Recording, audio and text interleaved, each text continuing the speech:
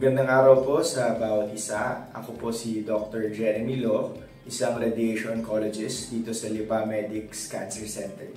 At ngayon ay pag-uusapan natin ang ilang mga katanungan o ilang mga impormasyon patungkol sa colorectal cancer. Ang pinakamahalagang tanong na maaaring kailangan nating tanungin at sagutin sa araw na ito ay ang tanong na ano nga ba ang colorectal cancer? Ang colorectal cancer ay isang uri ng bukol o tumor na makikita sa ating gastrointestinal tract, specifically sa ating colon or sa bituka hanggang papunta sa ating rectum. So, ito ay makikita karaniwan na sa imaging na isang bukol na maaaring naandun lamang at hindi nagkakos ng sintomas. Ngunit pag ito ay lumaki at lumaki, ito na may-aring magbara sa ating bituka na kung saan nagsisimula na ang mga sintomas na maaari nating maramdaman. Ang colorectal cancer, kung nakakatakot man pakinggan dahil ito ay lumalaki, kumakalat sa ibang bahagi ng katawan, subalit sa mga panibagong mga gamutan ay maaari na itong magamot. May mga ilang maagang sintomas na ating pwedeng obserbahan para tayo ay magpakonsulta kung ating kinoconsider ang sakit ng colorectal cancer. Sa ibang mga pasyente, nakakapansin sila ng pagdurugo sa kanilang dumi. Yung iba naman ay magkakaroon ng pagbabago sa kanilang pagdumi katulad ng constipation o diarrhea.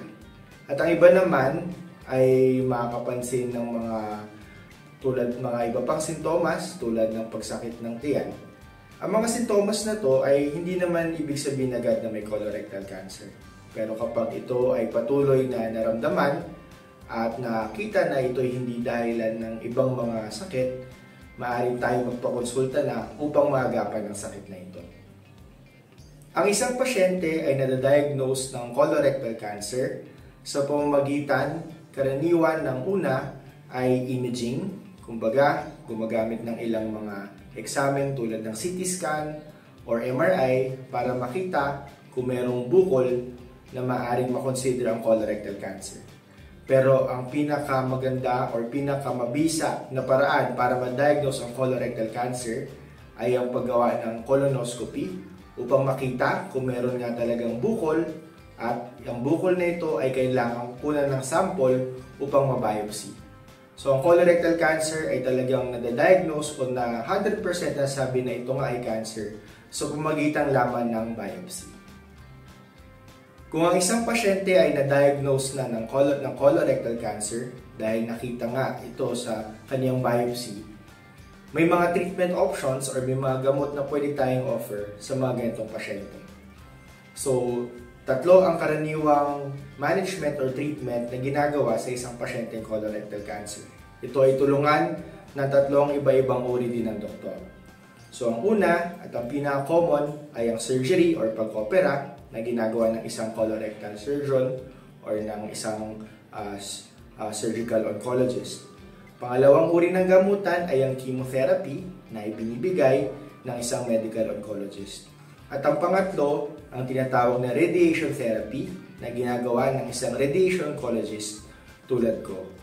Ang pagbigay ng gamutan sa colorectal cancer ay ginagawa sa masusing pag-aaral at pinag-uusapan ng iba-ibang mga doktor upang ma-decide kung ano ang tamang pagkasunod ng pagbibigay ng gamutan. Hindi kayang gamutin ng isang doktor lamang ang colorectal cancer. Ito ay isang pag-uugnayan o tulungan ng iba-ibang doktor. Dito, dinedetermine kung alin ang inuunang gamutan. So, may mga pagkakataon minsan, uunahin ang radiation at chemo upang palitin muna yung bukol bago ito ay no-operahan. So, mas mabuti na magpa-check up or makonsulta sa mga doktor na ito upang ma-decide kung ano ang best na treatment para ma-achieve natin ang best outcome sa mga pasyente na may colorectal cancer. Ang side effects na dinudulot ng mga treatment para sa colorectal cancer ay depende sa anong treatment option ang ibibigay sa pasyente. Siguro sa ngayon ay i-discuss ko ang mga side effects na dulot ng aking treatment na radiation therapy. So karaniwan, ang mga pasyente na nag-undergo ng radiation therapy ay makaka-observe ng pamumula, pangingitim sa balat o kaya panunuyo na usually ay binibigyan lang ng lotion o parang ma-moisturize ang balat. Ay isa rin namang side effect na maaaring idulot ng radiation therapy ay ang diarrhea kung ang pasyente ay walang colostomy. So may mga weekly check-ups naman para mabigyan ng nararapat na solusyon or gamot para sa mga side effects na ito. Sa chemotherapy at surgery, iba rin naman ang mga side effects. Pero rest assured, sa mga pasyente na mag-undergo ng treatment, ay lagi may mga bibigyan ng doktor na mga gamot at mga advice para mga side effects na to ay hindi maging masyadong mabigat para ang pasyente ay may complete or matapos ang gamutan. Gamutan sa colorectal cancer or kahit din sa ibang mga cancer ay hindi natatapos kapag natapos ang lahat ng gamutan tulad ng surgery, chemotherapy at radiation therapy. Napakahalaga ang patuloy na pag-follow up dahil kahit na natapos ang mga gamutang ito, nandun pa rin ang tsansa na bumalik ang sakit. Ibig sabihin, kapag natapos ang lahat ng gamutan, kailangang sundin ng doktor kapag sinabi na mag-follow up. Sa umpisa, medyo madalas ang pagpa-follow up. Minsan, 1 hanggang 3 buwan ay pinapa-follow up ang pasyente upang magawa ang mga additional na examen or tests para makita if talagang magaling na ang pasyente. Habang tumatagal, sa ikalawa, ikatlong taon, mas dumadalang ang pag-follow up, minsan every quarter or minsan every 6 months. And habang tumatagal at ilang taon na ang lumipas, karaniwan ay mga once a year na lamang ang follow-up. Pero ang pinakamahalaga sa lahat ay mag-follow up kung kailan kayo pinapabalik ng inyong doktor at ipagawa ang mga tests para talagang masigurado na hindi na bumalik ang bukol. Napakahalaga ang follow-up na ito para kung sakaling bumalik ang bukol ay maagapan at mabigyan agad ng lunas. Maaring ang karaniwang tanong ng mga tao na wala pang colorectal cancer ay paano ito may iwasan. May mga bagay na pwede tayong gawin para ibaba ang risk or ibaba ang tsansa na tayo magkaroon ng colorectal cancer. At ayon sa pag-aaral, ito ay magitan ng pag-ayos ng ating diet. Sa pagdating sa pagkain, iwasan natin ang mga pagkain na maraming preservatives tulad ng salitre, mga processed foods, yung mga tulad ng mga pagkain na mataas ang sodium content. At dagdagan din natin ng pagkain ng mga gulay at prutas. Maaring mga gawin ay exercise at iba pang mga healthy lifestyle para bumaba ang tsansa ng mga colorectal cancer.